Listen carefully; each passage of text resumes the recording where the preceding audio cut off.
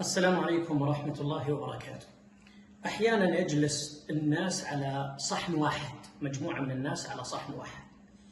نحن مطالبون إذا جلسنا على صحن واحد نأكل أن يكون هناك شيء من الذوق العام الذي يصنع الألفة والمودة والمحبة ويرسل رسائل إيجابية في الذوق العام.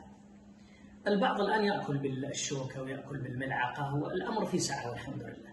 وإذا اجتمع الناس على صحن واحد وأكلوا بأيديهم، فالنبي عليه الصلاة والسلام ما ترك هذا التوجيه عندما جلس مع أصحابه، وكان معهم طفل صغير عمرو بن أبي سلمة. قال: يا غلام، لما رأى يده تطيش في الصحن قال: يا غلام، سم الله وكل بيمينك وكل مما يليك.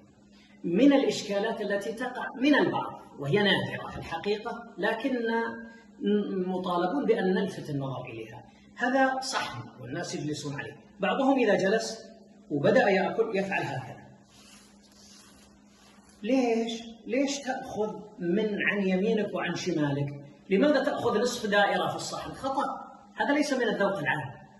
هذا يصيب الناس بشيء من الاشمئزاز وعدم الارتياح.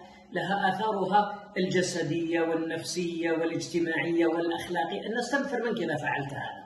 الأمر الآخر، بعضهم إذا جلس يملأ يده باللقمة هكذا، يعني اليد مليئة، ثم يأخذ منها جزءا ثم يعيد الباقي ويرميه في الصحن، وهذا ليس من الأدب. صحيح أن سؤر المؤمن طاهر ويده طاهرة، لكن من الخطأ أن تفعل هكذا ثم تأخذ جزء من اللقمة وترمي الباقي في الصحن، تضعه في فمك أو جزء منه في فمك، والمتبقي الذي عصرته بين يديك ثم تلقيه في الصحن مرة ثانية. هذا من الإشكالات. البعض إذا أكل يدخل اللقمة ويدخل جزءا من يده في فمه ثم يعيدها مرة أخرى. خطأ. هذه المعاني نحتاج إلى أن نتواصى بها. يا غلام، سم الله وكل بيمينك وكل مما يليك. لا تروح هناك ولا تذهب لليسار ولا تذهب لليمين، خذ ما يكفي يدك، بل خذ أقل. كان النبي عليه الصلاة والسلام يأكل ب3 أصابع. خذ جزءا يسيرا من اللقمة وارفعها إلى فمك، ثم لا تلقي شيئا يتبقى منها في الصحن مرة ثانية. خلاص أنت رفعتها، لا تعيدها إلى الصحن.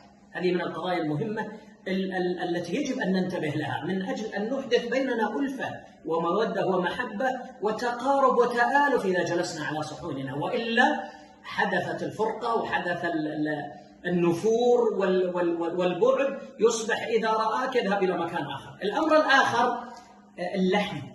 لا تقطع اللحم، يعني تأخذ اللحم ثم يعني بين قوسين تفغصها بين يديك مرارا، ثم تعطي هذا وتعطي هذا وتعطي هذا. الله ما كلفك تكون قرسون توزع على الناس.